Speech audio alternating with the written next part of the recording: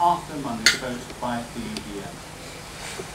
Thousands of people on Teesside were warned to stay indoors today after a road crash involving a chemical tanker.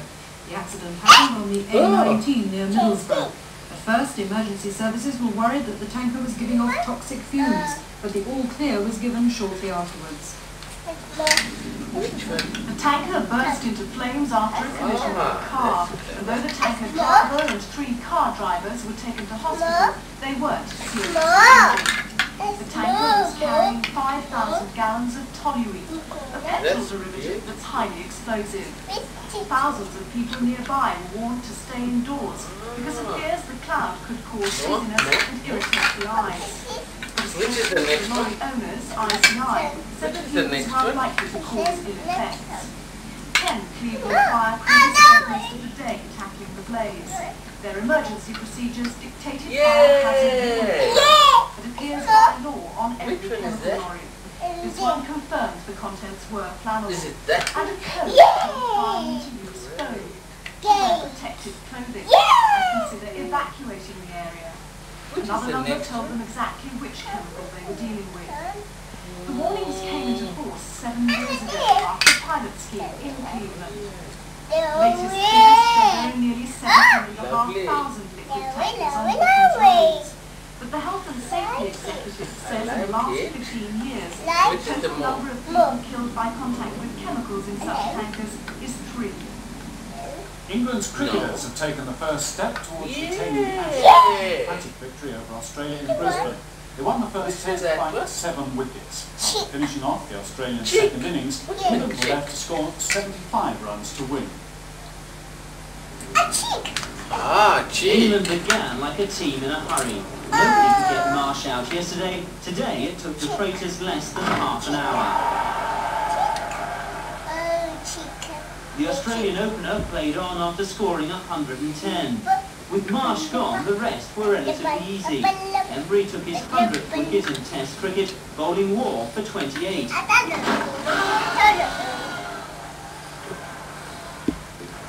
Fittingly, the last wicket fell to Embry.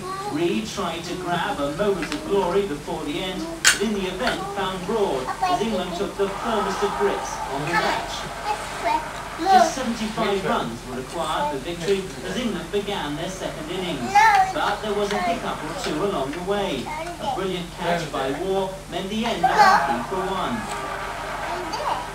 Mike Gatting came in clearly hoping it would be the captain's privilege to score the winning run. But he tried a bit too hard and scored by Matthews. Alan Lamb too got himself out cheaply, giving the Australians cause for some minor celebration. But it was Chris Broad who brought about the inevitable, scoring the winning run.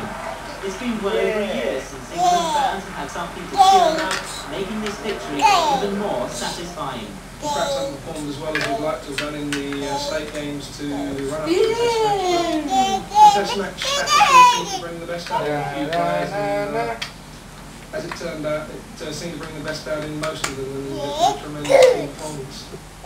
Good. Eagles tonight end their 9-day tour of the Gulf States, sailing from Jeddah on the Royal Yacht Britannia. The royal couple spent their last day visiting a hospital staffed by nearly 600 Britons. In the King Khalid Hospital, British nurses were waiting. They lived a Cinderella existence. So, visit Prince and Princess, more than magic into their tax-free but severely restricted lives. There's lots of sunshine here, but no parties, positively no alcohol, and a midnight curfew. The smallest Bedouin of all was on guard at Jeddah Museum, where the prince's hands were sprinkled with rosewater before taking a tour. With their enormous wealth, the Saudis have belatedly taken an interest in their heritage. All this was collected in the last 50 years. A richly embroidered, his pair of genuine Bedouin robes for the prince and princess. When he left the museum, he turned into the setting for a tale of the Arabian Nights. And the royal yacht, the setting of the farewell reception of the Arabian tour. Britannia set sail just before midnight. It's been 4 countries in 10 days, but Saudi Arabia, the most important of all. It was highly desirable that this visit went well, and despite the surprise absence of the Crown Prince, that's how it's going. The Prince and Princess will now cruise the Red Sea, which they last saw during the honeymoon. He's just done This it. is Michael Cole for the 9 o'clock news in Germany. Now we return to the main news of the evening. President Reagan's difficulties over his arms deal. News that George Shultz, the Secretary of State, is going to resign. Martin Bell is on the line now. Martin, what is the situation? Shall we break it up? Go on, next. Well, start with square one. Square? It's square. For the time being is set, so of course it doesn't solve the president's problem. It has some very